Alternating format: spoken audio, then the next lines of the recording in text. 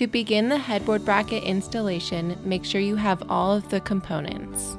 You should have 2 headboard brackets, 2 T-brackets, 8 long bolts, 6 short bolts, 2 wing nuts, 2 washers, and 1 hex key.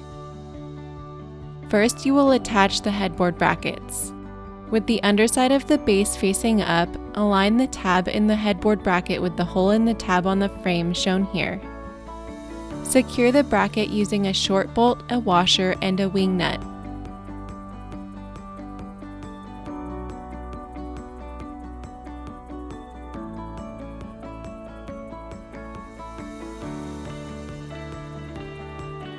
Make sure the bolt is tight.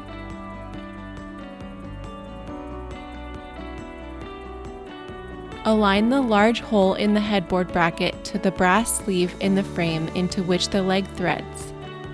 Hold the bracket in place and screw the leg into the base until it is snug. Do not over-tighten. Too much force may cause the leg to spin freely. Next, you will attach the T-bracket. You will need to measure the distance between the mounting holes on the headboard and install the T-bracket to accommodate the headboard. Slide the T-bracket through the end of the headboard bracket. Align the flat side of the T-bracket plate to the mounting holes on the headboard. Secure the T-bracket in place by inserting 2 short screws through the headboard bracket.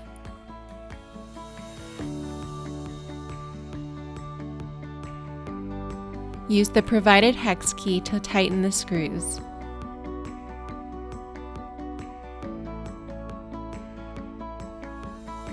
Repeat these steps for the other side. Using at least 2 capable people, carefully flip the base onto its legs. To complete the installation, connect your headboard to the attachment plate using the remaining long screws or hardware that came with your headboard. The heads of the bolts will face outward. Use the hex key to tighten the bolts. The installation is complete.